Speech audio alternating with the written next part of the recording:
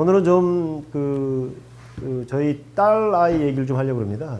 제가 그동안 SNS를 통해서 저희 딸들 얘기를 많이 했었죠. 다정이, 다혜. 두 명의 딸이 있는데 그 중에서 이제 다정이 첫째 딸인데요. 다정이와 얽힌 어떻게 보면 웃픈 얘기인데요. 웃기기도 하고 슬픈 얘기도 한데 예전에 에피소드가 있어서 그걸 들려드리려고 합니다.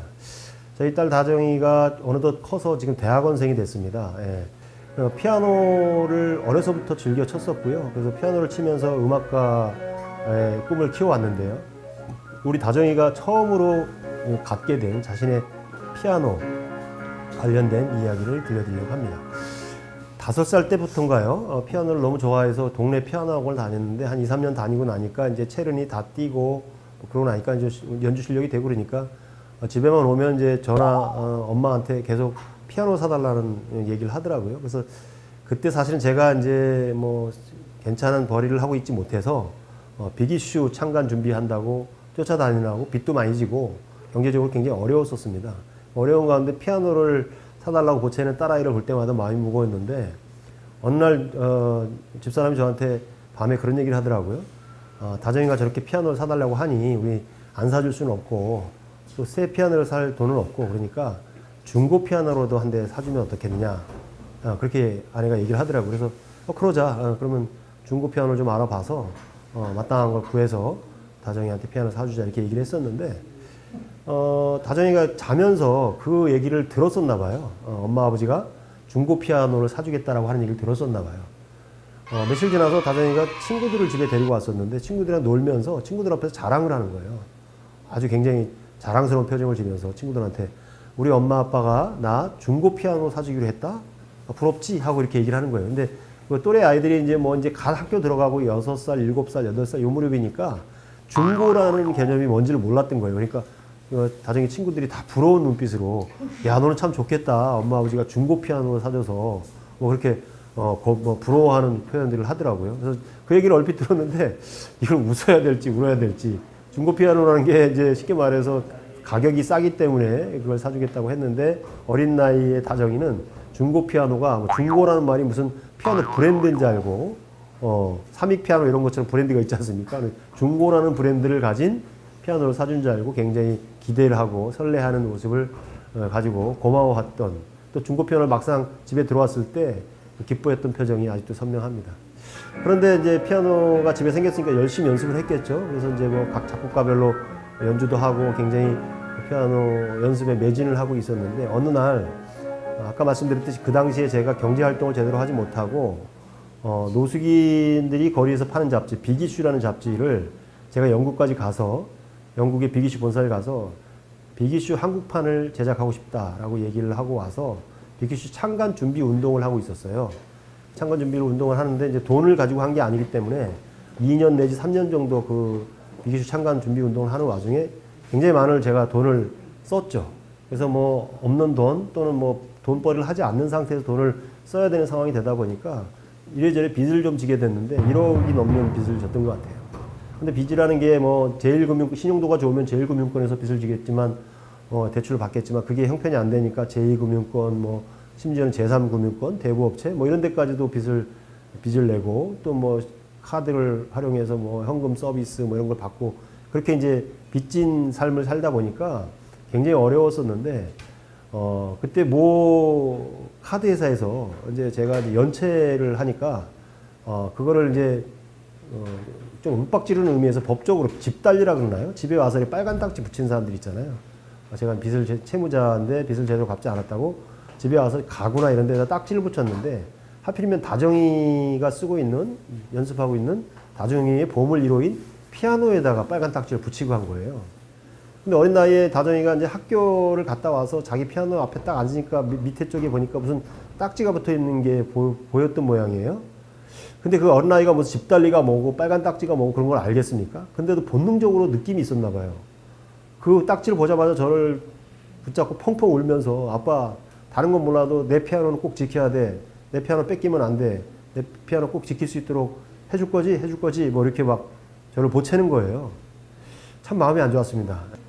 돈을 구할 데는 없고 이제 빚을 낼 만한 데는 다 냈고 개인들한테도 그렇고 금융권에서도 그렇고 더 이상 빚을 낼 데가 없어서 고민한 끝에 문득 거실에 앉아 있는데 보니까 거실에 책장이 보이더라고요. 제가 그때 이제 라디오 방송에서 책 소개도 하고 그래서 책도 굉장히 왕성하게 열심히 읽고 열심히 또 사기도 하고 그랬던 때여서 얼핏 쭉 보니까 책이 한 2, 3천 권 정도 있는 것 같아요, 집에. 꽤 많은 편이죠. 거실에 3면이 다 책으로 둘러싸여 있었으니까요. 그래서 문득 그 책을 보는 순간 이 책을 좀 활용해야 되겠다 생각을 해서 휴대폰을 들고 책장에 있는 책들을 사진을 찍기 시작했어요. 한 프레임 한 프레임 찍다 보니까 거의 한 50프레임 정도의 책을 찍었는데 책이 많으니까요. 한 프레임에 한 2, 30권씩 들어가게 썰어서 이제 책을 계속 찍었죠. 찍어서 그 찍은 사진을 그때 당시 제가 운영하던 블로그에다 올렸습니다. 올려서 그렇게 얘기했죠. 제가 돈이 급해서 그러는데 이 책을 좀 필요로 하는 사람이 있으면 저한테 좀 사 가십시오. 이렇게 제가 광고 아닌 광고를 블로그에 올렸던 거죠. 그때 당시에 제가 성프란시스 대학 노숙인 인문학에서 강의를 하고 있을 때여서 강의를 하기 위해서 오후에 기차를 타고 서울에 올라가는데 갑자기 기차에서 전화벨이 울리는 거예요. 보니까 제 전화예요. 보니까 번호가 떴는데 모르는 번호가 떴어요. 누굴까 하고 그때 뭐 워낙 여기저기 빚쟁이들 또 금융권 이런 데 전화가 많이 올 때라 살짝 저하는 마음이 있었지만 그래도 혹시 모른다 해서 전화를 받았는데 뜻밖에도 본인을 저 울산에 있는 약사라는 직업을 가지고 있는 사람이라고 소개를 하면서 약국을 운영하는 사람인데 블로그에 올라 있는 책들을 봤다. 그리고 그 책들을 사라는 부탁하는 글을 봤다. 그래서 내가 책을 사려고 한다. 그런데 책을 몇 권 사느냐를 얘기하기 전에 우선 최진용 선생님 개인적으로 필요한 돈이 지금 얼마냐? 얼마의 돈이 필요하냐? 이렇게 묻는 거예요.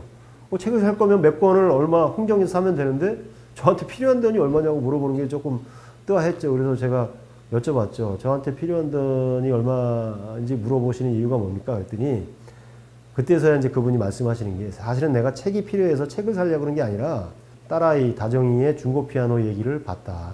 너무 안타까운 생각이 들고 또 문득 도와주고 싶은 생각이 들어서 전화를 했다. 책이 필요한 게 아니라 책은 보내줘도 그만 안 보내줘도 그만이다. 만약에 보내준다면 내가 잘 보관하고 있다가 나중에 성공하시면 또는 형편 펴시면 그때 다시 연락하면 책을 돌려주겠다. 그러니까 우선 필요한 돈이 얼마인지를 알려달라. 이렇게 얘기하시더라고요. 뭐 필요한 돈이 뭐 사실은 많이 있었죠. 그러나 우선 당장 집달리가 집에 중고 피아노를 비롯한 가전제품에 붙였던 딱지를 떼기 위해서 필요한 돈이 그때 당시는 한 800~900만 원 정도 됐어요. 그래서 한 1000만 원 정도가 있으면 이 문제가 해결될 것 같습니다. 이렇게 얘기를 했더니 계좌번호 찍어달라는 거예요. 그리고 불과 얼마 안 있어서 한두 시간 지났을까요? 서울에 도착할 무렵에 제 계좌로 거짓말처럼 돈이 들어와 있는 거예요. 너무너무 깜짝 놀랐고 그래서 그분한테 다시 전화를 해서 너무너무 감사하다 인사를 드리면서 정말 평상시에 소중하게 여겼던 책들 또 귀한 책 나름대로 제가 귀하다고 생각하는 책들만 골라서 택배 박스에 싸서 제가 그 책을 보냈던 그런 기억이 있습니다. 벌써 한 15년 정도 더 된 일인데요. 그때 당시 1000만 원이면 지금도 1000만 원이 큰 돈인데 굉장히 큰 돈이잖아요. 저를 한 번도 본 적도 없고 만난 적도 없는 분인데 첫 통화에서 저한테 1000만 원을 보내주고 책도 안 보내줘도 된다고 이렇게 얘기했던 그분이 생각이 계속 납니다.